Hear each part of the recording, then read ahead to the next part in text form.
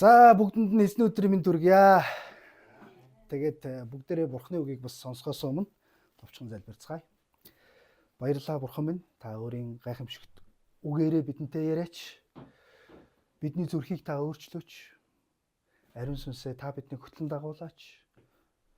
Бидэнд чухал хэрэгжүүлэлтүүдийг та өгөөрэй. Их эзэн Есүс Христийн нэрээр гон залбирлаа. Амен.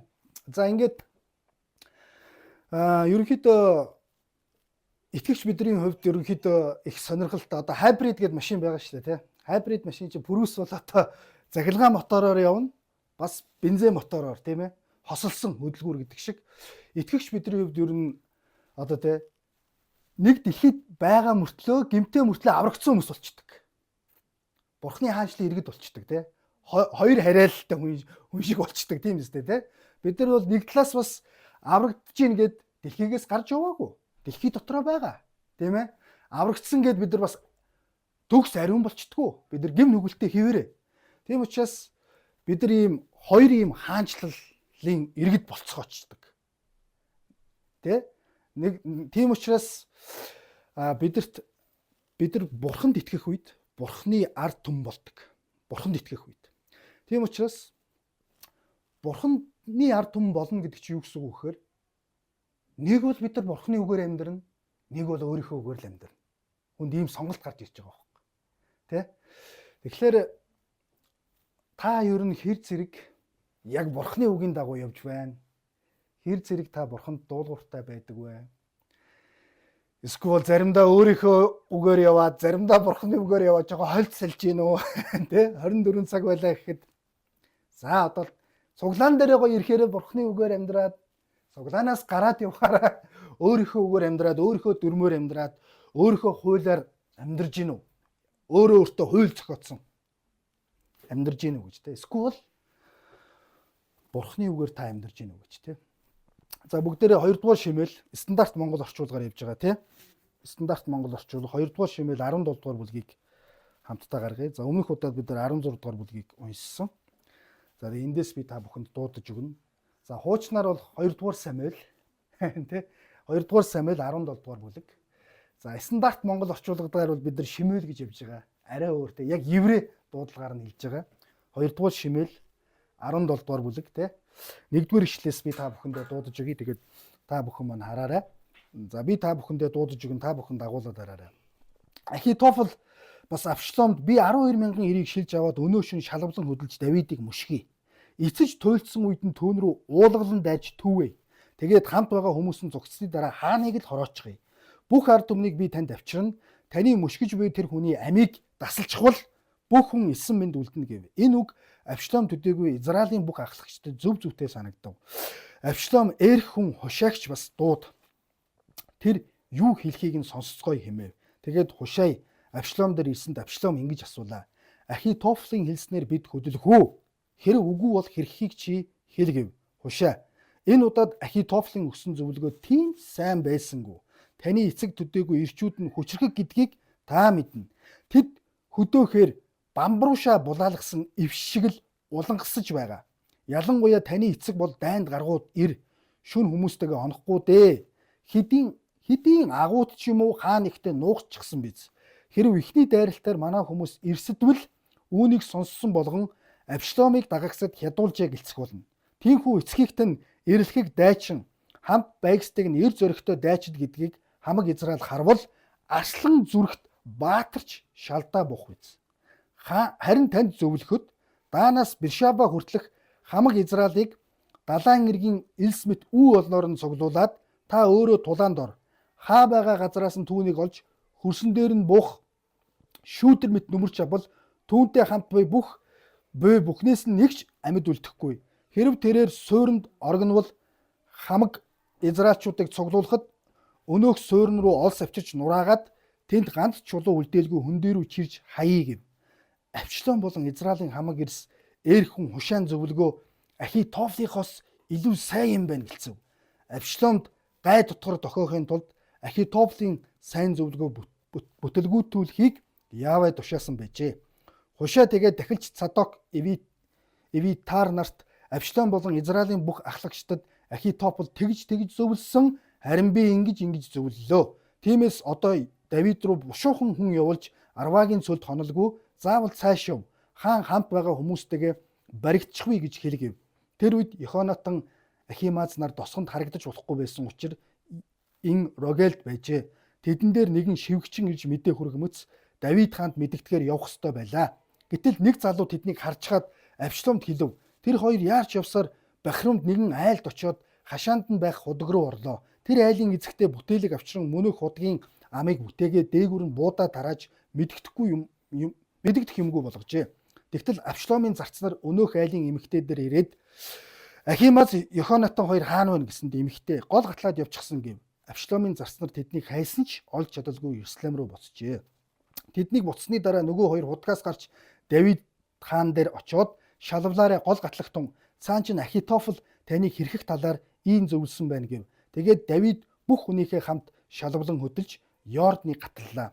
Үүрт сайхад Йордны гатлаагүй нэг ч хүн үлдсэнгүй.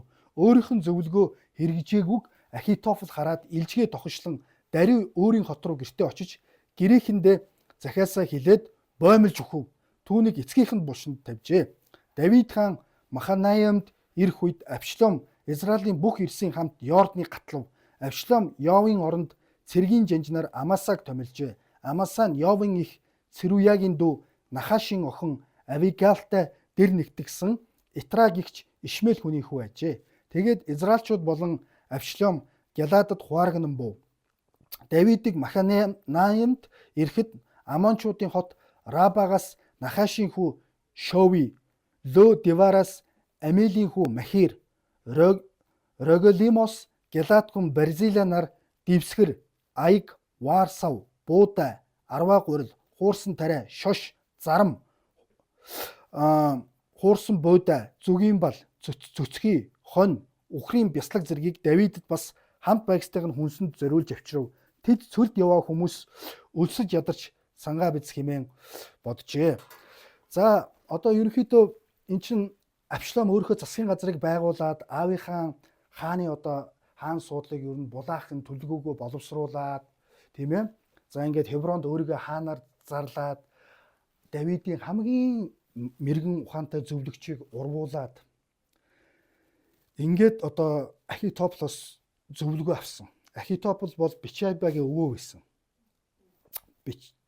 Өвөө байсан учраас ач охиныхоо өшөөг авахын тулд Авшломыг Давид хааныхаа татвар эмс рүү оруулж байгаа. Ингээд дараагийн зөвлөгөө 17-гийн 1-р ишлэлдэр буюу Авшломд ингэж хэлсэн. Ахитофл гэж хамаагүй настай хүн байгаа шүү дээ, тийм ээ. За надад 12,000 эрийг өгч. Би ерөөсөө шалвалан хөдлөөд Давидыг мушгий. Давидын нөхцөл байдлыг яг одоо ийм байгаа. Эцэж туйлдсан, яг ийм ядарч байгаа, цөлд байгаа үед нь ерөөсөө уйлгалан дараад төвөө. Тэгээд хамт байгаа хүмүүс нь одоо цугцсны дараа хааныг л хороочих юм. Ерөөсөө Давидыг л хорооё. Тэгэх юм бол Давид хааныг алчих юм бол бүх ард түмнийг бууж өгөөд хаан нь угцсан учраас ингээд тань руу ирэх болно. Ингээд хоёулаа засгийн газараа та үнэхээр ялалтыг авахулна. Тийм учраас таны мушгиж байгаа тэр Давидыг л алаач. Тэрний амийг л тасалчи. Тэгэх юм бол бусад хүмүүс нь айгаад хаан өгчөж байгаа юм чинь бусад хүмүүс нь айгаад бүгдээрээ хурж ирээд та жинхэнэ одоо гараад явсан израильчуудыг буцаж нэгтгээд одоо тийм ялалт манай талд ирэх болно. За энэ бол яг тухайн нөхцөл байдлын хувьд хамгийн зөв одоо санаа байсан. Яг тэгэхээр яг үндсэндээ бол Давид ядарч ирсэн. 60 гаруй насны хөгшин болцсон. Хоолунд муутай хээр явж байгаа. За үнэхээр цэргийн хувьд ч гэсэн эцэж туйлдсан. Давид хааныг хорооход бол ялахад хамгийн зөв стратеги байсан. Ахитофлийн зөвлөгөө хамгийн зөв зөвлөгөө байсан. Яг цэргийн одоо талаасаа бодоход, дайн байлдааны талаасаа бодоход. Тэгэнгүүт Ахитофлийн энэ зөвлөгөөг 4-р ишлээс харуул Авшлом төдийгүй Израилийн бүх ахлагчид буюу ахлагчид гэдэг чинь ахмад настай одоо чухал хүмүүс ургийн одоо овгуудын одоо хамгийн ахмад настай жижиг хэргийг шүүж явуулж исэн мэрэгүү ухаантай маш чухал албан тушаалдар байж байгаа энэ хүмүүст зөв санагдсан. Маш зөв санагдсан. Ерөөсөө наа чи бест юм байна. Ерөөсөө л яг ядарсан энэ үед нь л мань нөхрийг очиод нухъя гэж. Ахитофел ч бол 12 гой шилмэл ирлийг надад өгчөө гэж. Ер нь л зөв зөвтэй санагдсан. Ер нь л тэнд байгаа хүмүүст гой санагдсан. Одоо эн чин Авшлам болвол зүс царай, хүч чадал, хүчээр аавынхаа суудлыг булааж авах гэж байгаа юм шүү дээ. Гаднах гаргадах байдлаараа. Тийм үстэй тий. Яг бурхнаар томилогдсон хүн бол Давид хаан байх. Ингээд сонирхолтой шүү. Уг нь бүгдээрээ зөвшөөрсөн. Ахитофелийн зөвлөгөө хамгийн бест байсан. Гэтэл маш сонирхолтой гинт Авшломд хүн хушааг дуудаач тэр юу нь юу бас хэлхийг сонсъё гэж. Хамгийн бест төлөвлөгөө гарчаад ахад хушааг дуудаа хушаа юу хэлхийг бүгдээрээ сонсъё гэж. Сонин ийм гинт Авшлом шийдвэр гаргасан. Тэгээд Авшлом дээр ирсэнд Авшлом тэгсэн. Ахитофел бол ийм бест төлөвлөгөө гаргалаа. Супер төлөвлөгөө гаргалаа. Яах вэ? Энэ төлөвлөгөөр явах уу? Үгүй юу? Чамд ямар нэгэн санаа оноо байна уу гэж. Яа, энэ бол одоо хушаа хувьд сонин болчих жоох байхгүй юу? Авшлом гой санагдсан. Ахмадуудад зөв санагдсан. Тэгэхээр хушаачин хөөрхий Давид хааны найз Давидэд мэдээ өргөх ёстой. Хушаа одоо энэ дээр найзыгаа аврах уугүй юу болчих жоох байхгүй юу? Найзыг нь алъя гэдэг санал дээр бүгд зөвшөлдсөн хамгийн гой төлөвлөгөө гарцсан. Одоо Гялс 9 цүлд багтанд очиод алчий гэж. За тэгэхээр найзын хувьд одоо яах вэ? Супер төлөвлөгөө гарцсан байж идэг тий. Энэ нь одоо найзыгаа аврах уугүй юу болчих жоох байхгүй. Давидыг аврах уугүй юу? Яг хүнд хөцөн нөхцөл байдалд нь одоо яах вэ? Толгоогоо ажилуулах хэрэг болчих жоо. Толгоогоо ажилуулж Гялс сэтгэж Гялс бодох хэрэг болчих жоо. Тэгээд хушаа ингэсэн. 7 сар бол Ахитофелийн супер зөвлөгөө бас сайн биш байна гэж. Суперын жоохон дээр яг бас сайн дотроо бол яг тухайн үед супер зөвлөгөө шүү дээ. Гэтэл мань нөхөр бол албаар энэ сайн зөвлөгөө биш байна. Ахитофел биш байна. Яагаад тэгэхээр таны эцэг ирчүүд маш хүчрхэг штэ. Тэд хээр бамбруушаа булаалгасан ивш манайхаа ямар байдаг вүлээ? Хаан ширээг булаалгасан хаан хүн бол Давид бол одоо жинхэнэ ста дэлбэрч байгаа. Уурна. Ягаад тэгэхээр хэдүүлээ хаан ширээг нь бас нэгсэндөө булааж байгаа штэ гэдэг энэ яг үнэн бол хэлсэн. Авшломд. Бамбруушаа булаалгасан ивш яаж ууралдаг вүлээ? Яг тэрэн шиг хаан ширээгээ булаалгасан аавчин бол дэлбэртээ ууралж байгаа. Нэгт, хоёрт маш хүчрхэг шүү. Түүнтэй дагаж явсан ирчүүд. Ялангуяа таны эцэг бол дайнд гаргууд ир шүү. Уг нь бол яг ясан дээр 60 хүрцөөгөөрхий нэлээ ядарсан юм болцсон байгаа. Тэгтэл найзыгаа өргөж байгаа байхгүй албаар. Албаар бас өргөж байгаа. Аав чинь юу вүлээ биш санаарай. Жинхэнэ дайнд гаргуу штэ гэж. Гөө тэр хүмүүстэйгээ хээр хонохгүй дээ аль нэг хатанд ч юм уу нуугдсан. Ингээл хэдүүлээ яг хээр очлоо гэхэд бас барьж авч чадахгүй шүү гэж. Гөө ингээд хэрэг бид нар эхний дайралтаараа Давидыг ялахгүй өсөдвөл үүнийг сонссон эргэн тойрны хүмүүс юу болох вэ? Ард түмэн юу болох вэ? Тийм ээ? Авшломыг дагагсад хядуулж эхэлцэх болно. Тийхүү эцгийгт нь ирлэхэг дайчин хамт байгстайг нь эр зөрөгтэй дайчид гэдгийг хамаг Израиль яг харуул арслан зүрхтэй баатарч шалдаа буух үз. Цаа чи эвгүй шүү. Аав чи эвгүй. Аав чинь бол цөлд бол улангассан байгаа. Хэрвээ эхний дайралтаар 12,000 эрс маань эрсдүүл тэгээ юу тэрнээсээ эс юм болно. Юу бүр таныг дагж байгаа цэргүүч шалдаа буугаад арслан зүрхч баачаар шалдаа буух үз гэж. Харин за эхлээд одоо энэ Ахитофелийн зөвлөгөөг мяалж штэ тий. Юу наа чи буруу шүү. Харин би тань зөвлөгөө ичстэй. нөгөө сэргэлэн хүн гэж амар хурдан сэтгэдэг хүн байдаг шүү дээ, тэ. Харин би танд зөвлөгөө өгье. 11. Даанаас Бершаба хүртэлх гэдэг чинь Израилийн бүх одоо газар нутгийг хэлж байгаа байхгүй юу? Хойд, урд, баруун зүүнээс бүх газар нутаг хүртэлх хамаг Израилийг бүгдийг цуглуулах хэрэгтэй байна. 12,000 бол хүрэхгүй. Бүгдийг цуглуулъя. Тэгээд яг далайн илсэн мэт үе болноор нь цуглуулад тэгээд та өөрөө бас тулаанд ор. Авшломыг хэлж шээ. Авшлом бол Ахитофл бол надад 12-9 өгч. Би яваад Давидыг алчаад ирье гэсэн. Гэтэл Авшломыг та өөрөө энэ дайнд ор. Хаа байгаа газраас нь Давидыг олоод хөрсөн дээр буух шүүдэр мэт гэдэг чинь, тэ? Хөрсөн дээр буух шүүдэр мэт гэдэг чинь гинтхэн ерөөсө дээрээс нь үе олон хүнээр нь нөмөр. Жохон багттай бид нэг юм өнгөө. Хятадууд ч өөрхийн малгайгаа шидэл манай монголчуудыг ялах юм байлээ штэ гэж ярьдаг байж лээ. Тэг яриад инээ гэдэг байсан билээ, тэ? Хятадууд ч амар хүн ам олон гэсэн штэ. Жохон багтаа яг тоо сайн мэдэхгүй. Тэгээд тэднээс малгайгаа Монгол руу шидвэл бид нар шууд ялагдах юм байлээ гэж яриад инээгээд өгдөг гэсэн. Тэр шиг энэ ч үе болноор нь хідүүлээ Давидын байгаа газар дээр орчие.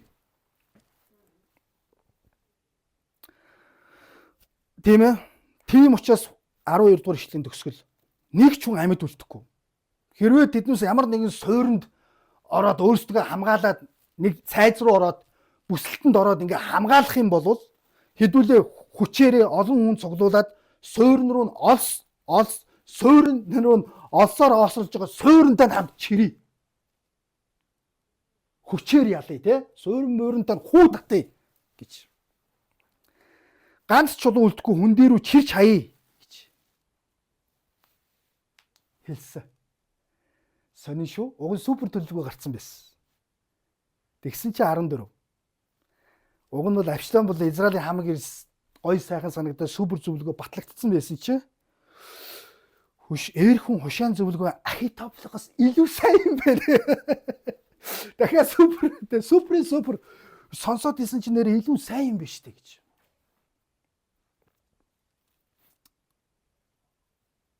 Ийм шийдвэр гаргаад Ахитофл тэнцээ байж байгаа шүү дээ. Ахитофл бол Палгал явчихж байгаа шүү дээ. Хамгийн мэрэгүү ухаантай олон жил нэр хүндтэй хүн байсан. Амар лаг зөвлөгөө яг өгсөн. Уг нь бол яг нөхцөл байдлыг боддоор дүгнээд яг үнэхээр Ахитофлын зөвлөгөөгөөр бол яг Давид ялагдах байсан. Шууд шалвалъя гэж. Галс хээр хөдөө байгаа дээр нь очи хугацаа алдахгүйгээр гэж. Гэтэл Хушай бол хугацаа найзаагаа аврахын тулд одоо ямар толгоогоо ажилуулж хүнийхээ энэ бурхнаас өгсөн эрүүл сарвал ухааныг ашиглаж штэ. Найзаагаа аварж байгаа байхгүй юу? Аврахын тулд цаг найзаагаа зүгтаалахын тулд ер нь би одоо ямар төлөвлөгөө зохиох вэ? Тэр нь гэхдээ тийм энэ чараа тэнэг хүмүүсийг хуурахгүй штэ. Та нар бодолтой. Хаан Авшлом байгаа, хааны зөвлгүүд байгаа. Тэнэг энэ чинь төлөвлөгөө ярьж болохгүй байхгүй юу? Яг бодит яг Ахитофлихоос илүү юм ярих хэрэг болсон. Толгоогоо жинхэнэ найзахаа аврахын тулд хамаг өстө ухаанаа шавхсан. Тэгсэн хушаан зөвлөгөө чи Ахитофлихоос илүү юм биш үү гэж. Ахитофл Палгал явцсан баг л да. Хизээч нөгөө нэг үүсгэж байгаа хүн чинь тий? Биш илүү хушаан зөвлөгөө илүү юм биш үү гэж. Тэгтээ сонин шүү. Авшломд гай дотор дохиохын тулд Ахитофлын сайн зөвлөгөөг бүтлгүүтүүлэхийг бурхан тушаасан байжээ гэж. Сонин шүү. Авшлом уг нь эхний юугаар шийдвэр гарцсан. Тэгтэл Авшломд хушаан зөвлөгөөг бас нэг сонсоод үзчихдэм бэлүү гэсэн ийм бодол орж ирсэн. Тэгээд хушаан зөвлөгөөг сонссон чинь нэрэл Ахитофлихоос илүү юм байна гэсэн тэр одоо бодол мэдрэмжийг бол тэр хүмүүст өгсөн. Тэгэхээр эндээс юу сууж ийн өгөхөөр сонин шүү. Хүн хэдийгээр эрх чөлөөтэйгээр шийдвэр гаргаж сэтгэж байгаа ч гэсэн заавал тэрний цаана бурхан ажиллаж идэг. Бурханаас гадуур ингэж энэ дэлхий дээр нэгч байхгүй. Бурханы контролоос гадуур ингэж байхгүй. Бүх юм бурханы бүрэн эрх мэдэлд ор байна. Бурхан агуу гайхамшигтай учраас хүнийг бүтээхдээ эрх чөлөөтэй хүн өөрөө сонголт хийж байгаа мөртлөө бас бурхан дэрэн дотор нь ажиллаж ихаар бурхан хүнийг бүтээсэн. Энийг бид нар ойлгож чадахгүй бурхан биш учраас хүн тийм гайхамшигтайгаар бүтээгдсэн. Сонин. Би өөрөө шийдвэр гаргаж байгаа шүү дээ. Өнөөдөр юу өмсгөө, би хинтээ юу гэж ярихаа гэж хүн бид нар бодож байгаа шүү дээ. Энэ чинь үнд эрхчлөө өгсөн бурхан тий. Гэхдээ хүн өөрөө шийдвэр гаргаж байгаа шүү дээ. Өнөөдөр юу өмсгөө, би хинтээ юу гэж ярихаа гэж бид нар бодож байгаа шүү дээ. Энэ чинь үнд эрхчлөө өгсөн бурхан тий. Гэхдээ хүн өөрөө шийдвэр гаргаж байгаа шүү дээ. Өнөөдөр юу өмсгөө, би хинтээ юу гэж ярихаа гэж бид нар бодож байгаа шүү дээ. Энэ чинь үнд эрхчлөө өгсөн бурхан тий. Гэхдээ бурхны контролоос, бурхны эрх мэдэл, бурхны хүслээс гадуур юм гэж нэгч байхгүй. Тийм учраас сургаалт өгс номын дуулам дээр хаадын зүрх бурхны өмнө урсгал мэт байдгаа гэж. Хаадын зүрхийг бурхан мэдж идэг гэж. Тийм учраас Ахитофелийн зөвлөгөөг бурхан бүтлгүүтүүлж байгаа нь бурхан байгаа байхгүй. Бурхан нэгсэндээ Абшаломын зүрх сэтгэл дотор ажиллаж байгаа. Яагаад тэгэхээр бурхан Давид хичнээн гим нүгэл үлдээд тэрнийхээ одоо балгаар ингээд явж байгаа. Мэдээж үхлээс гимссэн Давид. Гимссэн учраас бурхан нэгэсэндээ чи ийм юм хийсэн шүү чи ухаараараа ойлгоорой гэдгийг ойлгуулахын тулд ийм болж байгаа байхгүй. Хүүн босч ирж байгаа. Тэгэхдээ Абшалом бол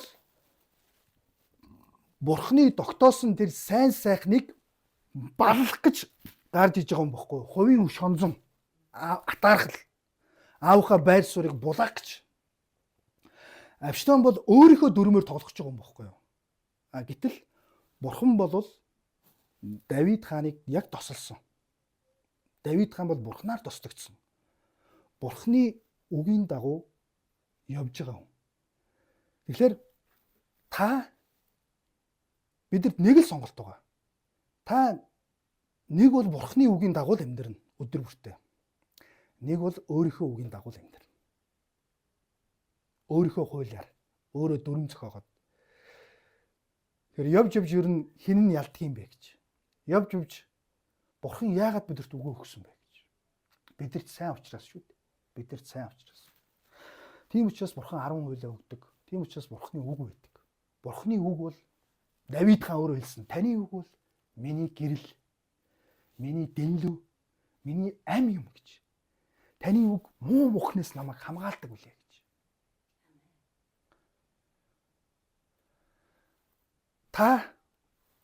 Абшалом бол өөрийнхөө хуулиар зохиогоод бурхны тогтоосон сайныг баллах гэж байгаа зорилготой хүн байгаа. Бурхан зорилгыг нь мэдж шít. Тийм учраас бүтлгүүтүүлж байгаа байхгүй. За хушаа чинийх илүү байр гэж хушаа дотроо баялсан баг л да. Найзыг аварж шít энэ чинь. Найзыг нь алий өнөөшн гялс очоод хээр байгаа дэр нь устгаа ичи. Ахитофел бас муухай залуу байгаа байхгүй. Энэ чинь хувийн өш онзон Бачабаг ач охиныг бас бузралцсан гэдэг утгаар хувийн өш онжин хүүгийн аавынх нь татвар эмс рүү оруулангуудаа дараа нь энэ чинь хүүр нь оролцсон учраас нэгэнд буцах зам байхгүй учраас Давидыг л алах гээд байгаа байхгүй гол нь. Буцах зам байхгүй болчихж байгаа байхгүй. Тэгээд найзгаа аврахын тулд хушаа хөөрхий мэдээж залбирсан л байх л да. Зөндөө бурхнаас залбираал мэрэгүү ухаан гуйгаал те. Тэгээд зовх цагт хүний чанар танигдна гэж. Хушаа хөөрхий Давид бол яг зовж байгаа шүү дээ бодит байдал дээр хээр цул руу гараад. Тэгэхээр бид нар бас ер нь хэр зэрэг тийм хушаа шиг найз бай гэж бас бодож үзсэн байж юм шиг тий. Хушаа бол найзынхаа үхлээс аварж байгаа байхгүй. Тэгээд хушаа тэний төлөвлөгөөр бол ихэд хушаа бол дотроо баялсан баг. Тэгээ гялс нөгөө дахилч Садок Иватар энэ хоёр чинь бол яг дахилчийн үр гүйцэтгэж байгаа учраас хар сэр байхгүй байхгүй. Хааны орд нь чинь Абшалом чинь доороо хүмүүс томилчж байгаа шүү дээ. Тагнууч нар томилчж байгаа. Хин гарч орж ийн, хин орд руу орж ийн, хин миний эсрэг болчихуудаа гэж өөрийнхөө албат нараас томилж байгаа. Шалгаж байгаараа гэж. Тэгэхээр Садок Иватар бол яг бурхны нөгөө дахилчийн үр гүйцэтгэж байгаа учраас хардах сэрдэх юм байхгүй. Гэхдээ энэ хоёрыг бол Давид бол үлдээсэн. Тэг нарт хэлүүлсэн. За Абшалом бол бүх Израиль бүх ахлагчдад тийм ээ Абшалом болон Израилийн бүх ахлагчдад Ахитофел бол ингэж зөвлөсөн. 12,000 ирээд таны ингэж зөвлөсөн. Харин би ингэж зөвлөлөө. Тэгээ бичээч тэрийг заавал дахиж бичих шаардлагагүй байсан энэ бичээч. Тийм учраас одоо Давид руу бушуухан хүн явуулж Арвагийн цөлд хонолгүй цаашаа яваа. Хаантай хамт байгаа хүмүүс баригдчихгүй гэж хэл гэж. За хоёр дахилчтай хэлж байгаа шүү дээ. Тэгэхээр энэ хоёр дахилч хоёр хүүтэй. Энэ хоёр хүү чинь Йоханатан Ахимаз нар досгонд харагдаж болохгүй байсан учраас энэ Рогелд гэдэг Иерусалимээс гадна бас жижигхэн юм досгон буюу гадна амьдардаг хүмүүс одоо Иерусалим ингээд одоо цайз байлаа гэж бодъё л да. Хотын цайзаас гадна бас хүмүүс амьдарж байгаа. Тэгээ энэ Рогел гэдэг бол усны их ундрахтай. тийм газар байж энэ чи одоо тэр гадна байгаа хүмүүс их цугларддаг, ус мусаа авдаг учраас янз бүрийн хов жив, янз бүрийн нийтийн яриа их болдог. Тийм учраас бас л хүн хардаж сэрдэг гадны хүн хинбэ гэж олоход хэцүү. Яг энэ хотод бол Йоханнегадан Архимед хоёр байсан. Тэдэн дээр хөргий нэгэн шивгчин гэж. Одоо нэс гоё юм найзаа надад олс өгөөч, олсыг би гахаанд өгнө, гахаа надад будаа өгнө, будааг би хулганд өгнө гэдэг шиг нэг шивг. За хушаа Цадак Эвидерт мэдээ хүргэсэн. Цадак Эвидер нэг шивгчэнд мэдээ хүргэсэн нэг эмэгтэй, манаадлын эмэгтэй. Хийн гэдэг нь бүү мэд. Тэр шивгчин хурж ирээд тиймээ Давид хаанд бол мэдгдэх ёстой гэсэн. Энэ хоёроос мэдээ аваад. За гэтэл Йоханнес Архимед хоёр досгонд мэдээ авч байхад нэг нь гэрхаа нэг жоохон хөвгүүн гэж байгаа л да. Энд чи нэг залуу гэж очуулсан байгаа. Нэг хөвгүүн хөрхий тэр хоёрын мэдээлэл авч байгааг харсан. Тэгээ Авшломд хэлсэн. Шинийг хоёр хүн мэдээ хүргээд тах шиг байна гэж. Тэ. За тэр хоёр яарч явсаар Бахримд нэгэн айлд очоод нөгөө хоёр хүүчин. Бахрум гэдэг бол хотын яг Оливуулын захад байгаа хотын нэг хот жижиг. Хашаанд худаг байсан, худаг руу орсон. Энэ айлын эзэгтэй бас манаадлын хүн байгаа байхгүй хөрхий. Худагт нуугаад, худаг дээгүр одоо өнөөдрөөр гялгар ут тавиад энэ худаг нь усгүй хатсан л юу ийж гялгар ут тавиад дээгүр нь тариа цацаа зүгээр юм газар шиг харагдуулах хэмжээний болгосон байна. Хөрхий. Тэгээд худгийн амыг бүтээгээд ингэсэн. За нөгөө Авшломын зарцнаар ирээд нөгөө эмэгтэйгээс Ахимаз Йоханнатан гэж яг энэ хоёрыг мэдээлэл авцсан байгаа байхгүй тий. Энэ хоёр хаана байна гэж. Энэ хоёр яг мэдээлэл хүрэхээр явсан баригдцсан. Тэгсэн нөгөө энэ эмэгтэй хөргийг бас тусалж байгаа байхгүй юу. Гол гатлаад явцсан гэж. За Авшломын зарцнаар тэднийг хайсан ч олоогүй. Яг нөгөө худаг дотор байгаад байгаа ш нөгөө хоёр чи хөргийг. Нөгөө одоо энэ хоёрын оронд бид нар өөрсдөө тавьдаг хөргийг. Одоо нэг зарим кинон дээр ингээл амьсгалаа хураадаг шүү дээ. Баригдахгүй тул бараг л тэгсэн байх гэж. Нэг дуу гаргуул тэгэл баригдах. Тийм ээ. Тэгэхээр бас тэр найзынхаа төлөө Давидыг аврахын төлөө бурхан игэл жирийн хүмүүсийг ашиглаж байгаа байхгүй. Энэ нэг шивгчин эмэгтэй. Эсвэл энэ хөргийн худагтай байсан Бахруунд амьдарч ирсэн нэг гэрийн эзэгтэй. Тэ? За ингээд 21 дугаар эшлэгийг харуул тэдний буцсан нөгөө хоёр худгаас гараад Давид дээр ирсэн. Цүлд байгаа Давид дээр ирээд шалвлаарай, гяс гол гатлаарай, сонин шүү. Цаан чин Ахитофл таныг хэрхэх талаар ийм зөвлөсөн байна гэж хэлсэн. Ахитофл уг нь юу гэж зөвлөсөн? 12,000 ир надад өгчгөө. Очоод гяс алий гэж таныг хэлсэн байна. Шалвлаарай.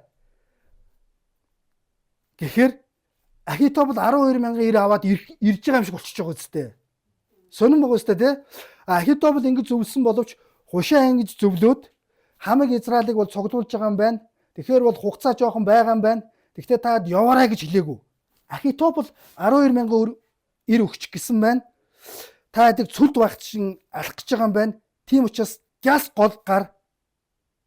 Ахитофл ингэж зөвлөсөн байна гэхээр Ахитофлын зөвлгөөгөөр явж байгаа ч юм шиг цаанаас. Явсан ч юм шиг, явж байгаа ч юм шиг. Тийм баг үстэй энэ чинь. Ахитофл ингэж зөвлөсөн байна гэж. Тэгээд Давид бүх хүнийхээ хамт шалвлан хөдөлж Йорданыг бол гаталсан. За үүр цайхад бол Йордан гэдэг бол мангар том гол байгаа шүү дээ, тийм ээ. Гатлаагүй бол үлдээгүй. За Махиниам гэдэг бол бүр зүүн хойшоо. Одоо Иерусалимаас бүр зүүн хойшоо байршилын үед. Махиниам гэдэг бол иш бошот буюу одоо Шаул хааны одоо хүүгийн амьдарч исэн тэр нутаг газар хот байсан байна. За Махиниамчууд бол Давидыг бол хүлээж аваад байршуулад байна гэдэг бол Давид хаан байхдаа Саулын нөө хөлгүү иш бишөд ачхүүд нь туслаад газар орон зааж өгөөд тэгвэл яг иш бишөдийг бол ордондоо авдаг штэ чи миний ширээнээс хоол бол гэж. Тэгэхээр Махиниам гэдэг бол Саулын үр удмын дээр хүмүүс байсан байна. Сайхан андсан штэ. Тийм учраас энэ хүмүүс хөрхий Давид нарыг сайхан хүлээж аваад тийм ээ. За Йовын хүлээж авсан байна. За 25-аас харуулъя. За ингээд ямар ч байсан аюулгүй нөгөө Давид чинь хүмүүстэйгээ зүгтаад цөлөөсөө зүгтаад Махиниам гэдэг газар очиод буудалсан байна. За ингээд эхний том аюул бол өнгөрсөн. За энэ оронд Авшлом бол Йов ч бол Давидтай зүг явцсан бохгүй. Цэргийн жижигнийхээ оронд цэргийн жинээр Амасаг гэж томилсон. За Амаса нь Йовын их Цэрвигийн дүү Нахишин охин Авагаалтай дэр нэгтгсэн Итрагигч Ишмал үний хүү. За энэ одоо юу гэж ойлгох вэ гэхээр Яв энэ Амасанаар бол ямар ч хамаатан садангууд байсан. Яг ясамн дээр Яв энэ нөгөө нэг хин минь Давидын хоёр цэргийн жижиг чинь Давидын хамаатан шүү дээ. Бас ээжийнх нь дүүнэрийнх нь хүүхдүүд ойрын цусан төрлийн хамаатангууд байхгүй юу. Хоорондоо энэ яг ийм одоо хүүхдүүд байсан. За Яв Давидтай хамт явсан учраас Авшлом Явын урд Амаса гэдэг цэргийн жанжин бол тогсон. За тэгээд Израильчууд болон Авшлом сонин шүдэ Галаадад хуаарган бов. Араас нь явсан. Галаад гэдэг бол Кенерет нуураас буюу Галил нуураас их аваад сүнсэн тэнгис рүү зутгадаг гол. Энийн яг дундах Галаадад бол хуаарган бов гэж. Одоо хуаран бий болгож штэ. Израильчууд болон Авшлом гэж. Тэгэхээр энэ дунд магадгүй нэг бол Авшлом өөрөө 12,000 ир цуглуулад Ахитофлын зөвлөгөөг дагах гэж жагаад гинт хушаагийнх зүв санагдаа. За ер нь жоохон хүмүүсээ цуглуулъя гэл ингээд мэдээж хугацаа орсон байна л. Мэдээж энэ ч хугацаа орсон учраас Давид хаан гол гаталж амьдсан байна. Тийм учраас хушаан бас зөвлөгөөг авсан байна шүү дээ. Хүмүүс цуглуулад нээрэл олон хүмүүс цуглуулъя гэдэг чинь хугацаа орчиж байгаа байхгүй. Хүмүүс цуглуулж байгаа хооронд Давид хаан гол гараад цугтаачиж байгаа байхгүй. За ингээд Галаадад хуарган буусан. За Давидыг Маханаймд ирэхэд Аманчуудын хот Урабагаас буюу 30-аад км Маханаймаас хоошоо 30-аад км зайтай газраас Нахишийн хүү Шови, Лев Давараас Амилийн хүү Махир, Рогимолоос Галаад хүн Барзила гэд энэ Барзила гэдэг ялангуяа энэ хүн настай баян хүн байж. Маханайм гэдэг ирсэн газрынх нь хойд хотоос ирсэн. Ямар ч үсэн ийм гурван баян хүн. За тэгэхээр дараа нь хэдүүлээ ингээд энэ ер нь Давид хичнээн хэдүүлээ явж ирсэн бэ гэж бодоод үзвэл яг энэний 18 дахь бүрэг дайн болно. Тэгсэн чинь Давид хараа 1000-ын дарга томилсон байгаа шүү дээ. 100-ын дарга томилсон гэхээр бараг 1000, 2000, 3000 шахуулаа явсан байгаад байгаа байхгүй юу? 1000-ын дарга томилж ийн гэж чинь 1000 хүний дээр дарга томилно шүү дээ. Тийм үстэй тий. Тэгэхээр энэ маш олуулаа явж ирсэн. Энэ гурван баян хүн хөөрхи яагаад ч юм Давид хаан туслая гэд зовж ядарсан үед нь туслая гэд баахан хоол хүнс хөөрхи минь хувц хунар тариа ингэж авчиж бол тусалж байгаа. Тийм ээ. Тэгэхээр сайхан сэтгэлийг бас харуулж байгаа. Тэгэхээр эндээс бүгдээрээ 17 дугаар 2 дугаар шүмэл 17 дугаар бүлгийг ингээд харуул. Авшлом бол Бурхны тэр тогтоосон сайн сайхныг нураахыг хүсэж байгаа. Өөрөө тийм хууль зохиогоод Бурхан бол өөрийн үгээ өгсөн байгаа. Хөршийнхөө юунд ч буатаах. Хүн буаал. 10 хууль байгаа шүү дээ. Маш энгийнээр тий. Ингээ 10 хуулиас чи ингээд цаашаа дэлгэрээд хууль. Тэгэхээр Бурханд өнөөдөр итгэж байгаа бид нар та нэг бол Бурханы үгийн дагуу амьдрна. Бурханд бууж өгөөд нэг бол өөрийнхөө хуулийн дагуу амьдрна. Бурханаас дээгүр байр суурьнд тавиад. Тийм үстэй тий. Тэгэхээр Авшлом бол Бурханы тогтоосон тэр сайн сайхныг нураая. Энэ засгийн газрыг нураая. Би өөрөө засгийн газар байгуулъя гэж ингэж хүчээр булааж авах гэж шүү дээ. Бурхан бол тэр хүний зүрх сэтгэлийн хандлагыг мэдж байгаа учраас төлөвлөгөө бүтлгүү төлж байгаа. Одоо энэний дараа дайн болно. Хин ялах юм бүү мэд. Эрэг бүтэнсээ өдөр одоо 18 дугаар бүлэг дээр гарна. Тэгэхээр нэг талаас бас ямар дүр зургад хушаа хөөрхий найзгаа аврахын тулд ухаан сэлсэн мэрэгэн ухаантай хандаж тэр төлөвлөгөөнөөс илүү төлөвлөгөөг л гаргаж ирсэн. Тэгэхээр өнөөдөр бас мууг ялахын тулд биднэрт мэрэгэн ухаан хэрэгтэй. Авшлом бол Ахитофл хааныг алах, найзыг нь алах гэж ирсэн. Хушаа хэрвээ олигтой юм бодож болоог бол найзгаа алууллаа шүү дээ. Оо заа. Чиний төлөвлөгөө Ахитофлыг гүйцэхгүй байна гэсэн бол тэгэл дуусаа. Ахитофлогоор болъё гэсэн бол тэгэл шүн очоод бүр пар. Найз нь алуулж байгаа байхгүй юу? Тэгэхээр өнөөдөр бас бид нар мууг ялахын тулд бидэрт бас мэрэгэн ухаан хэрэгтэй байгаа байхгүй юу? Бусдад туслахын тулд бас муу гэдэг чинь сатан биш шүү дээ. Бидний том дайсан. Биднийг хагаралдуулж гин, муудалцуулж гин, хэрэлдүүлж гин. Тийм учраас өнөөдөр бас бид нар хэр зэрэг энэ хушаа шиг найз вэ? Яг үнэндээ бид нар сайн найз уу? Зовх цагт нөхрийн чанар танигдана гэж. Тэ?